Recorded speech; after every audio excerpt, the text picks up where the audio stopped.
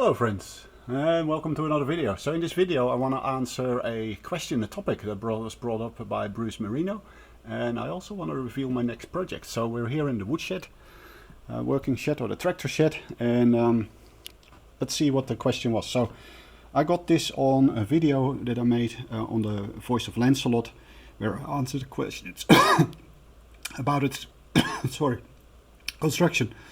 And Bruce Marino says, Edward, thank you for another great presentation. I confess I'm a fan of rigid cabinets without stuffing, which just seem to make the sound dull. This is what I experienced in my first prototype, where I tried damping and it wasn't good. So he's commenting on that. Then he said, to compensate, I eliminate interior parallel surfaces. This is what I did with prototype 2 of my Lancelot. I have conversed with Janos about live panels. We agree that the physics is similar to passive radiators, and I agree. And that is not a simple science, but I'll have to talk more about that, what the radiator needs to be doing. And as I've reflected on this, I wonder if the improved sound experience is due to an increase in harmonics. This would be a similar thing like some of the quote-unquote enhancements of some tube amps. And he's referring to second harmonics, which people say sound warm. I don't agree with that, and I don't think we can hear them very well, because even up to 30% we can't actually hear even harmonics, but they do seem to help us hear the fundamental of a tone. So when we hear a second harmonic, we infer that we actually can, that there must be a fundamental to that, so half the frequency of that. Thanks for all your great work and sharing. So now I think this warrants some follow-up, because as a quick announcement, I'm actually building a new speaker and a new third version, which I call the Diamond Lancelot. So that is my part reveal in this video. I'll go into it into following videos, but so I've been studying this. So first of all, passive radiator. Yes, that's true. So what we're doing with an active panel is we have the speaker producing front sound waves and then back sound waves. Now people that love inert cabinets think that that energy somehow magically disappears in the speaker. It will never disappear. It's the energy doesn't disappear. It either goes to heat or to sound, or it gets transformed and delayed and then comes out of your speaker, most likely back to the cone, just all crumbled up and not in its original shape. And that will influence your music experience. So what an active cabinet does is says, okay, I'm going to use the back energy. And this is very similar to an instrument. So in an instrument, what you're doing is you're taking all the input that somebody playing the strings for on a violin or a guitar or a double bass, and on the bridge, it's being transferred to the cabinet, to the enclosure. And what we want is, we don't want to hear the enclosure that much. What we want is that the tones that are being produced and that have a ring and that have a decay, we want to see that same spectral content that was put into the music being broadcasted out by the cabinet. Now, if you then look at music instruments, you'll see that the front, for example, more has a low frequency function, and the back has a more high frequency function. And the front is made of softer wood, usually with varying thickness, and I'll get into that. And then the back is then constructed with a bit harder wood, so it is more designated to doing the treble. So you've got a woofer and a treble. And then what they do is they have all kinds of sculpting in the thickness and with a bass bar at the front to make sure that the whole panel operates as one.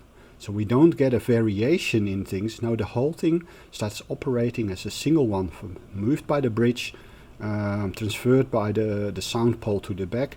But what the whole intent is to have a singular surface doing exactly what the strings are doing. And that motion and the decay of that motion needs to be controlled, because what you want is an even spectrum. If it didn't have an even spectrum, or it had, for example, a resonance between two parallel surfaces of a certain distance, you would introduce stuff that wasn't being played, but just the case itself. And that's not what we want. We want and so if you then move over to a speaker, with active panels, we want a controlled decay, and that controlled decay, if you do that nicely and the frequency response is consistent with the music signal, then what can happen is that your ear will assign it to the first tone, and the lasting decay will actually help you see deeper into the music.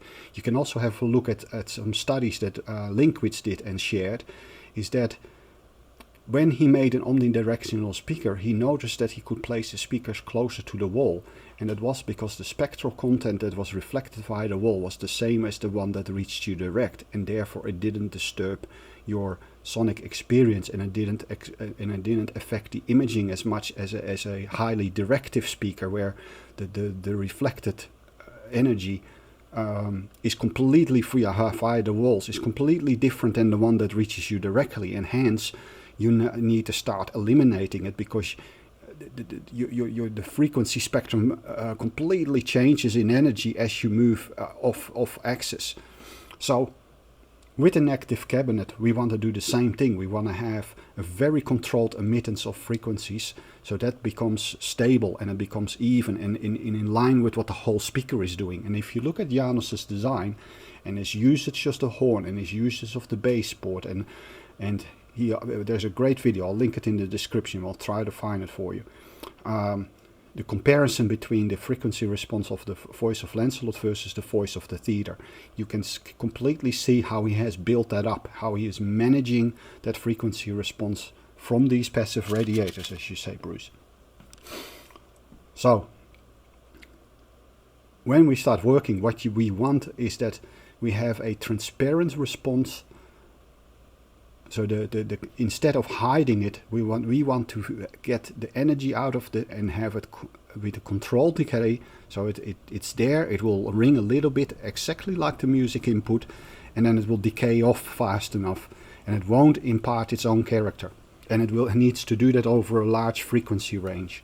So that's what we want with a speaker. We take the speaker, not just the bandwidth of a violin or the bandwidth of a double bass. We don't do that. We need to cover more. We need to cover everything, and we're trying to do that by making the wood types and the thickness of the resonating panels. We all align that to be as transparent as possible and use 50% of the energy that goes to the back and lead it out so as quickly as possible and with a nice decay. So when we do that, then we get the same. And if you see then how Janos has constructed, where for example the panels are only touching on the sides and for the rest are free to move, that's very similar to an instrument. It's just done a little bit with the pragmatism of a square box. And I'm addressing this with my new project here, which I'll introduce, which is the new voice of Lancelot, with a diamond shape. So I'm calling this the Diamond Lancelot. It has this shape, and it will also be more omnidirectional, and it has some extra features as well, such as this, which is different. Janos used pocket holes with screws. I'm trying to avoid screws as much as possible. It's not entirely possible, but I'm using dowels mostly. Yeah. So more updates on this speaker development will come soon. So that's what we're trying to do. You said harmonic. You mentioned here harmonics. So I want to sort of talk to that a little bit. I don't think so. I'm thinking you need to think about an active cabinet with extended controlled decay, just like an instrument, and that just helps you. Harmonics can do a little bit of the same thing, because when we have second harmonics, for example, it can actually allude to the fundamental, so our hearing is sort of aided with it. Nelson Paas has mentioned it a couple of times. So it can help, but generally our hearing is, for this, especially second harmonic, is extremely insensitive to that. Like we can have, I think our ear can only pick it up when it's over 30%. So however, it probably helps it hear the fundamental. I don't like this when it's on very high levels, and I know that in my system, for example, at the moment, just the way with output transformers, the number of transformers that I use, very low down, like we're talking 20, 30, 40 hertz, I've got quite a high level of harmonics in there, and I don't like it personally, and I haven't seen with my builds of the earlier Lancelots, as I measured it and I looked at the decay and so on. I didn't think this was affected by the active cabinet. I don't think that's adding it. I'm really thinking it's far more in the decay.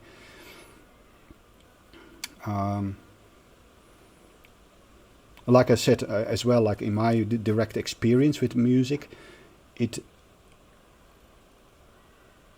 I didn't feel that it was adding, and I don't feel that if you have a couple of couple of percent of even harmonics in tube amps, that you can actually hear that, or that it's the warmth. The warmth comes from something else. It is not from just adding a second harmonic. I don't experience it as warmth or anything like that. To be honest, I find it not. I find it slightly annoying when it's on very high levels, and on low levels you just can't tell really.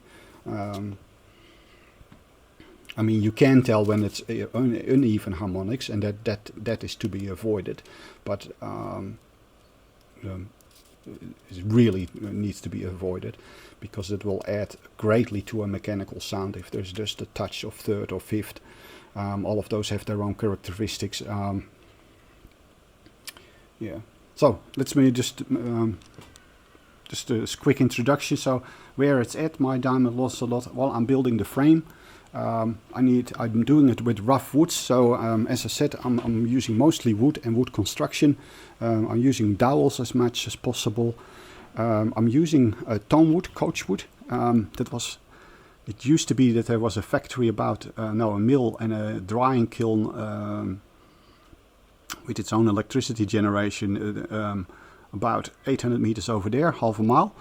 And what they used to use it for is this was shipped off.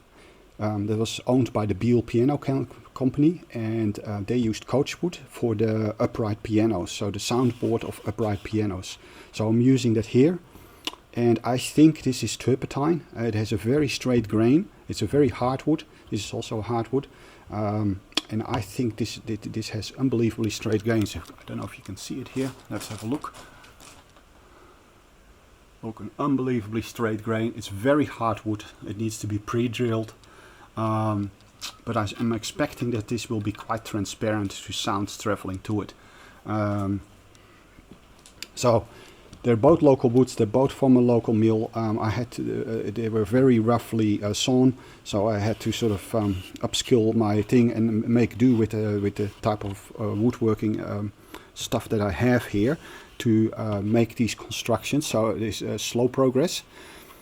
But I feel that if I look at that a double bass takes 500 hours to be made, that we DIYers, and I was especially guilty for that for Lancelot 1 and Lancelot 2, those two prototypes that I made, that those were made within 3 days, and I don't think you can replicate the finesse, the craft, the knowledge that has thousands years of music instrument makers background to it, that has progressed and optimized itself so far. Speaker builders are just, even the most professional ones are really green compared to that. So recognizing that you're green, that you don't put as much, you don't put 500 hours in constructing your speaker, you don't have the knowledge, you don't have the historic background, you have to sort of realize that's what you're doing when you're building speakers. So I'm trying to rectify this to a reasonable extent here. Do far more woodworking, as said, trying to adhere to the principles of instrument making, trying to make the propagation of music much more considered.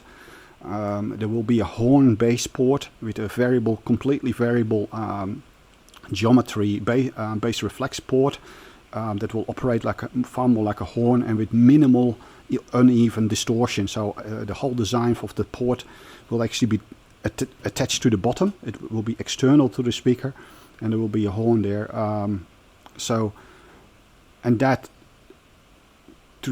and it makes use of all the research that was done in high performance bass reflex ports, but I want to use it to basically minimize uneven distortion in bass reproduction, and help also with beaming it into the room. Now, the other aspect is omnidirectional identity. So I'm going to mount in the top a woofer and the compression driver. So that means I have a full spectrum omnidirectional broadcast into the room. There'll also be one in front pointing that way, but I'm expecting that having that complete spectrum beaming into the room, combined with the shape that is corner optimized, but I think you could use it as a stereo speaker as well, just having no parallel surfaces as well, or minimal. The divider actually runs here, so it will be a straight transmission line, just like Janos's. Yeah, so a lot of this speaker will also be upgradable later. So if I find, for example, a much better plywood, I can just unscrew the panels. They're not integral to this construction, so I'll be able to replace them quite easily. I'll be able to replace the bass section. I will be able to replace the top. It's quite a large speaker. It will be it's like 360 liters net. It'll be a bit less, of course, 340, maybe 335 or something after everything that goes into it, and the wood taking up space. But that's sort of the size of the project. So we're talking about 2 foot this way, 2 foot that way, so 60 centimeters each side, and about 120, so 4 foot high. So that's the third version of my Lancelot, Bruce, and some of the considerations that I'm taking with me into the next design. This is also on my mind, so I hope you find this, anyone who is interested in these type of active speakers, make sure that you subscribe if you haven't already, and yeah, there will be installments coming up on this, and my experience with trying to optimize this, because I'm expecting I will also use sound poles in my design. I expect that I will actually need also something like bass bars, and do a bit of sculpting there to actually get it to function correctly. But all that will be in future episodes, because I don't know what I'm facing exactly, but you'll be able to follow it in my videos. So that's it. Bruce Marino, thank you for your comment on my video. I hope everybody else found this interesting. And if you have any comments or thoughts around this topic, yeah, put them in the comments, and I'll get back to you, or other people will respond to you. Thank you for watching, and have a great day. Catch you in the next video. Bye bye.